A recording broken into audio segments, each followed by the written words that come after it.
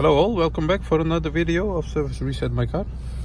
Today we changed the oil and the oil filter of a Renault Laguna. It's a 2010 model, and I'm going to show you how you can reset the oil change on the dashboard manually, so you can do it for yourself.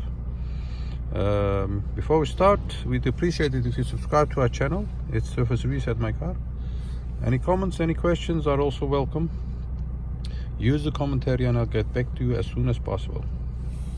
Okay, let's start with this one. As you can see, we have to start with the odometer in the dashboard. Then we have to use the right thumbstick on the steering wheel. This one. Yes, there are two buttons on the thumbstick. Yes, so we have to use this button, and you have to look over there.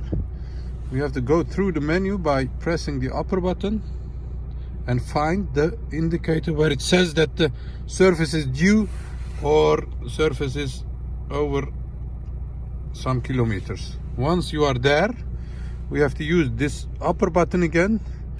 Press that, keep pressing that till this area blinks and stops blinking. And once it stops blinking, you can let go. And as you can see, it has been reset to 30,000 kilometers or 24 months.